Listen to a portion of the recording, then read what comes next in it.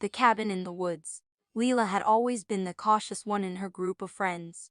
While they were the types to jump headfirst into any adventure, she was the one who hung back, carefully weighing the risks and benefits before making a decision. So, when her best friend Sarah suggested a weekend getaway to a remote cabin in the woods, Lila was hesitant. "Come on, Lee," Sarah had said, her green eyes sparkling with excitement. "It'll be fun, just us girls. No boys allowed. We can hike, swim in the lake, and tell scary stories around the campfire." Lila had to admit, it sounded tempting. She had been stressed out lately with college exams and her part-time job, and a weekend away from it all sounded like just what she needed. So, despite her reservations, she agreed. The other girls in their group were thrilled at the idea. There was Megan, the wild child with a penchant for trouble. Jessica, the quiet one who always seemed to be observing everything around her. And Rachel, the newest addition to their circle who was still trying to find her place. They packed up Sarah's old SUV with enough food and supplies to last them a week. Even though they were only planning to stay for a weekend, Lila couldn't shake the feeling that something was off. But she tried to push it aside. She was probably just being paranoid, as usual. The drive to the cabin was long and winding, taking them deep into the heart of the forest. As they got further and further away from civilization, Lila could feel a sense of unease growing in the pit of her stomach. She chalked it up to nerves and tried to focus on the laughter and chatter of her friends in the car. When they finally arrived at the cabin, Lila had to admit it was beautiful. It was a large, rustic structure made of logs, with a wraparound porch and large windows that looked out over the surrounding woods. Inside, it was cozy and inviting, with plush furniture, a stone fireplace, and a fully stocked kitchen. The girls quickly claimed their bedrooms and started unpacking. Lila chose a small room in the back of the cabin, away from the others. She told herself it was because she wanted some privacy. But deep down, she knew it was because she felt safer being as far away from the woods as possible. As the sun began to set, the girls gathered in the living room to discuss their plans for the evening. Sarah suggested a hike to a nearby waterfall, but Lila vetoed the idea. She didn't want to be out in the woods after dark. Instead, they decided to have a campfire in the backyard and tell scary stories. Megan and Jessica volunteered to gather firewood while Rachel and Sarah started preparing dinner. Lila offered to help, but Sarah shooed her away, telling her to relax and enjoy herself. Lila wandered out onto the back porch, staring out into the woods. The sun had almost completely set, and the trees were beginning to take on a sinister appearance in the fading light. She shivered, wrapping her arms around herself. Suddenly, she heard a twig snap in the woods behind her. She spun around, heart racing, but saw nothing. "Get it together, Lila," she muttered to herself. "It's just your imagination." But as she turned back to the cabin, she could have sworn she saw a figure darting between the trees. She blinked and it was gone. Shaking her head, she hurried back inside, trying to convince herself that it was just a trick of the light. Dinner was a lively affair, with the girls laughing and joking as they ate. Lila tried to join in, but she couldn't shake the feeling of unease that had settled over her. She kept glancing out the window, half expecting to see someone or something staring back at her. After dinner, they headed out to the backyard for the campfire. Megan and Jessica had done a good job gathering wood, and soon they had a roaring fire going. They settled in around it, roasting marshmallows and telling stories. Sarah, always the storyteller of the group, had them all on the edge of their seats with tales of ghostly apparitions and murderous hillbillies. Lila, never one for horror, found herself getting more and more unsettled as the night wore on. As Sarah launched into a particularly grisly story about a group of campers who were stalked and killed by a deranged hermit, Lila couldn't take it anymore. She excused herself, claiming she needed to use the bathroom, and hurried back into the cabin. Once inside, she leaned against the door trying to catch her breath. She felt foolish for getting so worked up over a silly campfire story, but she couldn't shake the feeling that something was terribly wrong. Suddenly, she heard a noise coming from the basement. It sounded like someone was moving around down there. Shuffling through the darkness, Lila froze, her heart pounding in her chest. She knew she should go back outside, tell the others what she had heard, but something compelled her to investigate. Maybe it was just an animal that had gotten trapped down there, or maybe it was her imagination, playing tricks on her again. Slowly she made her way to the basement door. It was slightly ajar, and she could see a faint light coming from below. She pushed it open, wincing at the loud creak of the hinges. "Hello," she called out, her voice barely above a whisper. "Is someone there?" Silence. Then a soft thud, like something being set down on the floor. Lila's heart was racing now, her palms slick with sweat. She took a step forward, then another. The stairs creaked under her weight, and she paused, listening for any sign of movement from below. Nothing. Taking a deep breath, she descended the rest of the stairs, emerging into the dimly lit basement. At first glance, everything appeared normal. There were shelves lining the walls, stocked with canned goods and other supplies. A workbench stood in the corner, scattered with tools and bits of wood. But as Lila's eyes adjusted to the gloom, she noticed something strange. There, in the center of the room, was a large dark stain on the concrete floor. It looked like blood. Lila's breath caught in her throat. She took a step closer, her heart pounding so loudly she was sure it could be heard upstairs. Suddenly, a hand clamped down on her shoulder from behind. Lila screamed, spinning around and coming face to face with Sarah. "Jesus, Lila, you scared the hell out of me," Sarah said, laughing. "What are you doing down here?" Lila opened her mouth to respond, but no words came out. She pointed to the stain on the floor, her hand shaking. Sarah glanced down, then back up at Lila, her brow furrowed in confusion. "What? That old thing? That's been there for years. The previous owners probably spilled some paint or something." Lila shook her head. "No, Sarah, that's not paint. That's blood." Sarah rolled her eyes. "Don't be ridiculous, Lila. It's just a stain. Now come on. Let's get back to the party." She turned to head back upstairs, but Lila grabbed her arm. "Sarah, wait. I think there's something really wrong here. I heard noises coming from down here, and now this stain. I think we should leave." Sarah sighed, pulling her arm free. "Lila, you're just being paranoid. There's nothing wrong with this place. It's just an old cabin in the woods. Now, are you coming or not?" Lila hesitated, glancing back at the stain on the floor. Every instinct in her body was screaming at her to run, to get as far away from this place as possible. But Sarah was her best friend, and she didn't want to ruin everyone's fun over what was probably just a case of overactive imagination. "Fine," she said, following Sarah back upstairs. "But if anything else weird happens, we're leaving, no arguments." Sarah just laughed, shaking her head. "Whatever you say, Lila. Whatever you say." The next morning, Lila woke up feeling groggy and disoriented. She had tossed and turned all night, plagued by strange dreams of dark basements and shadowy figures lurking in the woods. She stumbled out of bed and made her way to the kitchen, where the other girls were already up and about. Sarah was at the stove frying up a batch of eggs, while Megan and Jessica were setting the table. Rachel was nowhere to be seen. "Morning, sleepyhead," Sarah said, glancing up from the stove. "I was just about to come wake you up. Breakfast is almost ready." Lila mumbled a greeting and poured herself a cup of coffee. She took a sip, wincing at the bitter taste. "Where's Rachel?" she asked, glancing around the room. "She went for a run," Jessica said, setting a stack of plates on the table. "Said she wanted to explore the trails a bit before it got too hot." Lila frowned. "Alone? Isn't that a little dangerous?" Megan laughed. "Relax, Lila. Rachel's a big girl. She can take care of herself." Lila wasn't so sure, but she didn't argue. She sat down at the table and picked at her eggs, her appetite suddenly gone. After breakfast, the girls decided to go for a hike. Lila tried to beg off, but Sarah wouldn't hear of it. "Come on, Lee," she said, grabbing Lila's hand and pulling her towards the door. "It'll be fun. And besides, we can't let Rachel have all the fun, can we?" Lila reluctantly agreed, and soon they were heading out into the woods. The day was warm and sunny, and the trees provided a welcome shade from the heat. As they walked, Sarah and Megan chatted and laughed, pointing out interesting plants and animals along the way.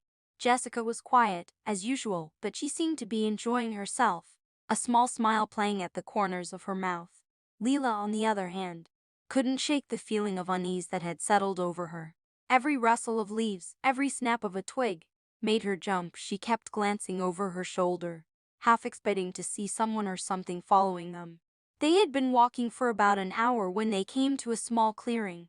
In the center of the clearing was an old, decrepit shed, its walls covered in moss and vines. "Hey, check it out," Megan said, pointing to the shed. "Let's go investigate." Lila's heart leapt into her throat. I don't think that's a good idea, she said, her voice shaking slightly. We don't know what's in there. But Megan was already heading towards the shed. Sarah and Jessica closed behind. Lila hesitated for a moment, then followed, not wanting to be left alone in the woods. As they approached the shed, Lila noticed something strange. The door was slightly ajar, as if someone had recently been inside. Guys, I really don't think we should go in there, she said, her voice rising in pitch. Something doesn't feel right. But Sarah just laughed. Oh, come on, Lila, where's your sense of adventure? She pushed open the door and stepped inside, the others following close behind. The shed was dark and musty, the air thick with the smell of decay. Cobwebs hung from the rafters, and the floor was littered with old tools and bits of rotting wood. Suddenly Sarah let out a scream. Lila spun around, her heart pounding, and saw Sarah standing in the corner of the shed, her hand clasped over her mouth. Oh my God, she whispered, her voice trembling. Lila. Look. Lila followed Sarah's gaze and her blood ran cold. There, in the corner of the shed, was a pile of bones, human bones. Jessica let out a whimper, backing away from the gruesome sight. Megan just stood there, her eyes wide with shock. Lila's mind was racing. What the hell was going on here? Who did these bones belong to, and why were they hidden away in this old shed in the middle of the woods? Before she could voice any of these questions, they heard a noise coming from outside. It sounded like footsteps coming closer and closer to the shed. Shit, Sarah hissed, her face pale. Someone's coming. We need to get out of here. Now, they rushed to the door. But it was too late. A figure appeared in the doorway, blocking their path. It was a man, tall and thin with long greasy hair and a wild, unkempt beard. He was wearing a tattered flannel shirt and dirty jeans, and in his hand he held a rusted axe. Well, he said, his voice low and menacing. What do we have here? A bunch of pretty little girls snooping around where they don't belong. Layla's heart was pounding so hard she thought it might burst out of her chest. She glanced around the shed, looking for a way out. But there was none. They were trapped. The man took a step forward, his eyes glinting with malice. You know, it's not safe for girls like you to be wandering around in the woods all alone. There are dangerous things out here, things that might want to hurt you. Sarah stepped forward, her voice shaking but defiant. Look, we don't want any trouble. Just let us go, and we won't tell anyone about this place. We promise. The man laughed, a harsh, grating sound that sent shivers down Lila's spine. Oh, I don't think so, sweetheart. You see, you stumbled upon my little secret, and I can't let you leave here alive. With that, he lunged forward, swinging the axe at Sarah's head. She ducked just in time, the blade missing her by inches. Lila screamed, grabbing Sarah's hand and pulling her towards the back of the shed. Megan and Jessica followed close behind, their eyes wide with terror. The man pursued them, his axe swinging wildly. He was fast, faster than Lila would have thought possible for someone his age. They ran, stumbling over the debris on the floor, their hearts pounding in their chests. Lila could hear the man's heavy breathing behind them, getting closer and closer with every step. Suddenly, Jessica tripped, falling to the ground with a cry of pain. The man was on her in an instant, his axe raised high above his head. Lila didn't think, she just acted. She grabbed a nearby shovel and swung it with all her might, catching the man in the side of the head. He stumbled backwards, dazed, and Lila took the opportunity to help Jessica to her feet. They ran, bursting out of the shed and into the bright sunlight. They didn't stop running until they were back at the cabin, their lungs burning and their legs aching. Once inside, they collapsed onto the floor, gasping for breath. Sarah was the first to speak, her voice trembling with fear. What the hell was that? She asked, her eyes wide with shock. Who was that guy, and what was he doing with those bones? Lila shook her head, unable to answer. She was still trying to process what had just happened, her mind reeling with questions and fears. Suddenly, Rachel burst through the door, her face flushed and her eyes wide with panic. Guys, she gasped, her voice trembling. We need to get out of here. Now. What's wrong? Sarah asked, scrambling to her feet. What happened? Rachel shook her head, her eyes darting around the room as if searching for hidden dangers. I was out on the trails, and I saw something horrible. Lila's heart sank. She had a feeling she knew exactly what Rachel was talking about. It was a body. Rachel continued, her voice barely above a whisper.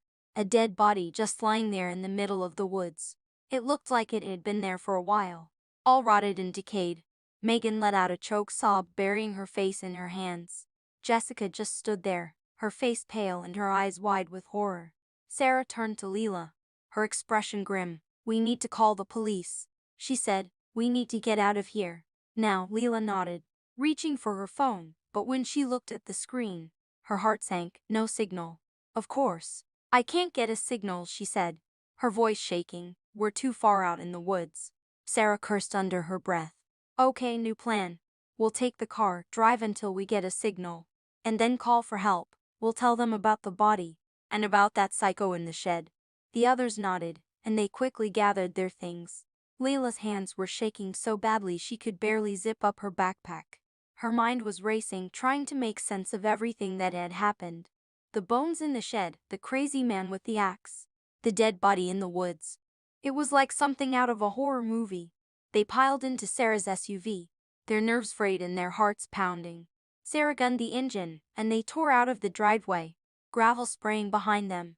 They had only been driving for a few minutes when the engine suddenly sputtered and died. Sarah cursed, pumping the gas pedal, but the car refused to start. "What's wrong?" Lila asked, her voice tight with fear. Sarah popped the hood and got out to take a look. She fiddled with the engine for a few minutes, then slammed the hood shut, her face grim. "The battery's dead," she said, her voice flat. "We're not going anywhere." Lila felt like she was going to be sick. They were stranded in the middle of the woods, with a killer on the loose and no way to call for help. "What are we going to do?" Jessica asked, her voice trembling. Sarah ran a hand through her hair, her eyes darting around the woods. "We'll have to go back to the cabin," she said finally. "It's the only shelter we have. We'll barricade the doors and windows, and wait until morning. Then we'll hike out of here and find help." Lila wanted to argue, to say that going back to the cabin was a terrible idea. But what choice did they have? They couldn't stay out here in the open, vulnerable to attack. They gathered their things and started back towards the cabin, their eyes scanning the woods for any sign of danger. The sun was starting to set, casting long shadows across the ground. They were almost back to the cabin when they heard a twig snapping in the woods behind them. They froze, their hearts pounding in their chests. Slowly, they turned around, and there he was, the man from the shed, his axe glinting in the fading light. He was standing at the edge of the woods, a cruel smile playing at the corners of his mouth. "Thought you could get away, did you?" he said, his voice low and menacing. "Thought you could just leave me here all alone in the woods?" Lila's mind was racing, trying to think of a way out of this. But there was nowhere to run, nowhere to hide. The man took a step forward, his axe raised. "I'm going to enjoy this," he said, his eyes glinting with malice. "I'm going to make you pay for what you did to me." And then he charged, his axe swinging wildly. The girls scattered, running in different directions. Lila could hear screams and cries of pain, but she didn't stop running. She burst into the cabin, slamming the door behind her and locking it with trembling fingers. She backed away from the door, her heart pounding in her chest. Suddenly she heard a noise coming from the basement, the same noise she had heard the night before. Lila's blood ran cold.